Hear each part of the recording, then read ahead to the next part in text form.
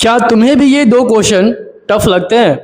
अगर हाँ, तो आज के बाद से ये दोनों क्वेश्चंस तुम्हारे लिए काफ़ी आसान होने वाले हैं। नमस्कार प्यारे बच्चों, मेरा नाम है मोहम्मद अजहरुद्दीन और आप देख रहे हो अपना पसंदीदा चैनल एम्बिशन बोर्ड। प्यारे बच्चों, आज की इस क्लास में मैं ये दो क्वेश्चन जो बोर्ड एग्जाम 2027 के लिए मोस्ट इंपॉर्टेंट है, मैं आपके दिमाग में बैठाने वाला हूँ। ये दोनों क्वेश्चन या इसी टाइप के क्वेश्चन हर साल बोर्ड एग्जाम में रिपीट करते हैं, चाहे ऑब्जेक्टिव हो चाहे सब्जेक्टिव हो।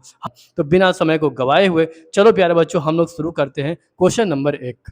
हमारे क्वेश्चन नंबर 1 है, सिद्ध करें कि √2 एक अपरिमेय संख्या। ये तो सभी लोग जानते हैं प्यारे बच्चों कि √2 एक अपरिमेय संख्या, लेकिन हमें यहाँ साबित करना है। क्या करना है? साबित करना है। बिल्कुल आसान है, ज़्यादा दिमाग नहीं लगाना है, बस ऐसा प्रोसेस में बताऊंगा आपको कि एक बार में समझ में आ जाएगा। आओ देखो हम लोग शुरू करते हैं क्वेश्चन नंबर 1 को।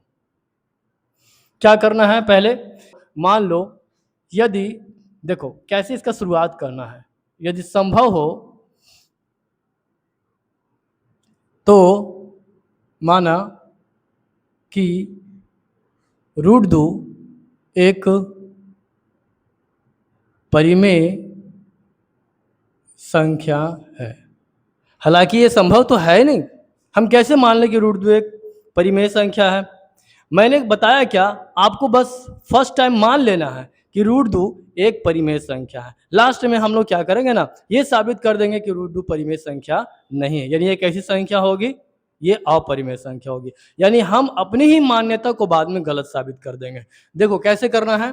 यदि संभव हो तो माना कि √2 एक परिमेय संख्या है, तो परिभाषा क्या होता है प्यारे बच्चों बताओ? परिभाषा से आपने पढ़ा है √2 बराबर P/Q। वैसी संख्या जिसको हम लोग P/Q के रूप में लिख सकते हैं, लेकिन Q 0 के बराबर ना हो उस संख्या को हम लोग क्या बोलेंगे? परिमेय संख्या बोलते हैं। चलो देखो, तो √2 बराबर क्या हो जाएगा? यहाँ P/Q यहाँ लिख सकते हो आप, जहां PQ पूर्णांक है, ठीक है, Q naught is equal to 0। एवं एक जो मोस्ट इंपोर्टेंट पॉइंट इसमें लिखना है वो क्या लिखना है? PQ सह अभाज्य है। सह अभाज्य का मतलब क्या हुआ? वैसी दो संख्याएं जिसमें एक के अलावा कोई और उभयनिष्ठ गुणनखंड ना हो। आपको मैंने पिछले क्लास में इसके बारे में पूरा डिटेल से बताया। यानी दो संख्या जिसमें एक के अलावा कोई और भी उभयनिष्ठ गुणनखंड ना हो, उस संख्या को हम लोग क्या बोलेंगे? सहअभाज्य। इसका मतलब P और Q में एक के अलावा कोई दूसरी संख्या उभयनिष्ठ गुणनखंड नहीं है। ठीक है, अब चलो इसको आगे बढ़ाओ। देखो यहाँ √2 बराबर P/Q, ठीक है। √2 बराबर यहाँ Q है, इधर भाग में इधर लेके जाओ, ये गुना में हो जाएगा, बराबर क्या हो जाएगा? इधर हो जाएगा P, है ना। अब क्या करो, दोनों तरफ वर्ग करो। दोनों तरफ वर्ग करने पर देखो वर्ग करो, √2 Q का स्क्वायर, इधर क्या हो जाएगा? P का स्क्वायर। कोई दिक्कत? कहीं भी दिक्कत हो तो आप हमें कमेंट सेक्शन में जरूर बताओ। चलो अब क्या करना है हमें? √2 का स्क्वायर करो तो कितना आएगा? 2Q का स्क्वायर, और यहाँ कितना हो जाएगा? P का स्क्वायर, होगा ना। अब देखो यहाँ पे Q स्क्वायर बराबर हम लिख सकते हैं P²/2। क्या कोई दिक्कत? P²/2 हमने लिख दिया।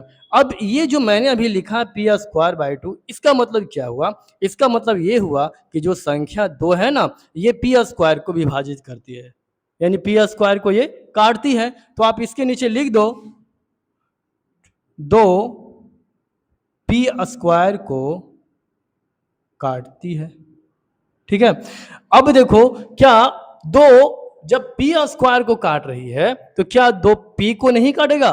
बताओ तुम, क्या नहीं काटेगा? देखो इसको ऐसे समझो, एक संख्या लो 5 का स्क्वायर, ठीक है, 5 है।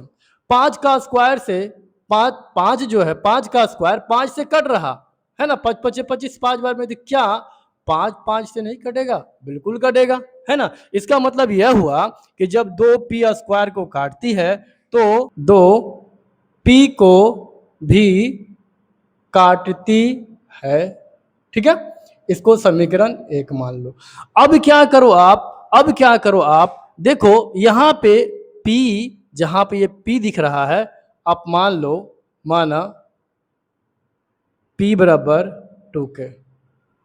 अब आपको लगेगा कि मैंने ये 2 कहाँ से लाया, देखो हमें साबित करना था √2, इसलिए हमने क्या लिखा यहाँ पे p बराबर √2k। अगर साबित करना होगा √3 तो आपको लेना पड़ेगा 3k, अगर साबित करना हो आपको √5 तो आपको लेना पड़ेगा 5k। ठीक है, तो अब क्या करो, यहाँ पे p बराबर 2k मान लो। अब देखो यहाँ, इसलिए आप लिख सकते हो q² बराबर यहाँ पर कितना हो जाएगा, p को हमने क्या माना है 2k, यहाँ 2k का होल स्क्वायर करो और नीचे कितना है 2 है, आगे बढ़ाओ इसको, देखो q² बराबर कितना हो जाएगा 4k², नीचे कितना 2, 2 दूनी 4, और इसको हल करो, q² बराबर यहाँ कितना हो जाएगा 2k², और हल करो q² बटे 2 बराबर कितना हो जाएगा k²।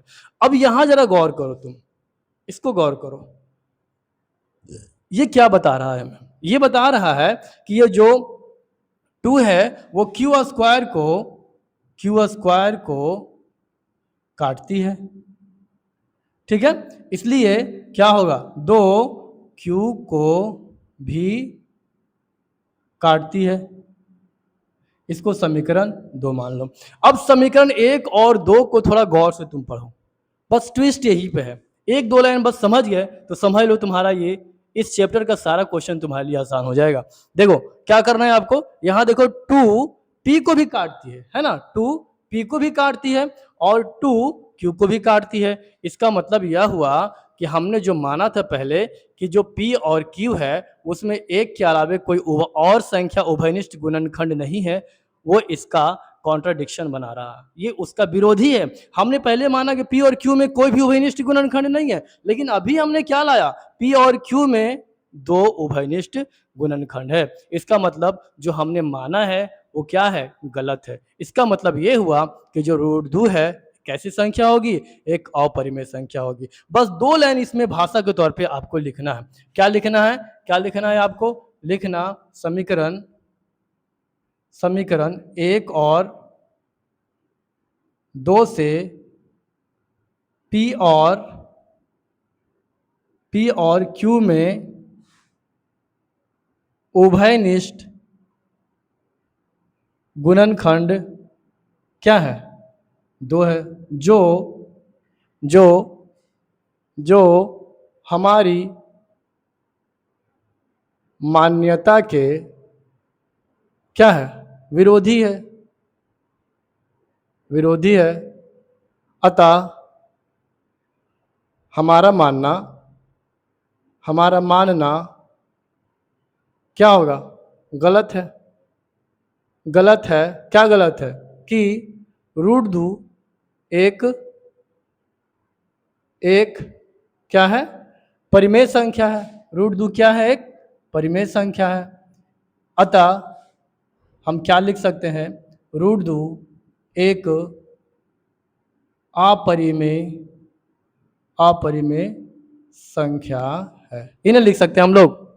आसान क्वेश्चन था प्यारे बच्चों, हालांकि इसका सॉल्यूशन भले ही लंबा जा रहा हो बट इसमें कुछ ज़्यादा समझना नहीं है, बस 1-2 पॉइंट आपको याद रखना। क्या पॉइंट याद रखना है आपको, p और q को सबसे पहले मान लेना है कि सह-अभाज्य है और उसके बाद आपको ये दिखाना है कि ये सह-अभाज्य नहीं है बल्कि इसमें एक के अलावा कोई और दूसरा उभयनिष्ठ गुणनखंड है। बस आप इसी को 1-2 लाइन में भाषा के तौर पर लिख दो और लिख दो क्या, लास्ट में जो दी गई संख्या है वो कैसी है, अपरिमेय संख्या है। चलो कोई दिक्कत, अगर कहीं भी कोई दिक्कत हुआ प्यारे बच्चों तो आप हमें कमेंट सेक्शन में ज़रूर बताओ और मुझे बताओ कि आपको आज का ये वीडियो कैसा लगा, क्या तुम्हें समझ में आया या कहीं पर दिक्कत हुआ। अगर तुम्हें समझ में आया हो तो हमारे वीडियो को लाइक करो। और मैं बता दूं, मैं मैथ का एक कंप्लीट सीरीज चला रहा हूं जो बोर्ड एग्जाम 2027 के लिए टारगेटेड है। हर रोज मैं बोर्ड एग्जाम 2027 के दृष्टिकोण से नए नए प्रश्न जो संभावित होते हैं, जो प्रीवियस ईयर्स को होते हैं, मैं लेकर आपके लिए आता हूं। अगर आप हमसे जुड़ना चाहते हो तो हमारे चैनल को जरूर से जरूर सब्सक्राइब करो। अगली वीडियो में मैं आपको ये बताऊंगा कि किस तरह से ये √3 एक अपरिमेय संख्या है। तो मिलते हैं प्यारे बच्चों हम लोग अगली वीडियो में।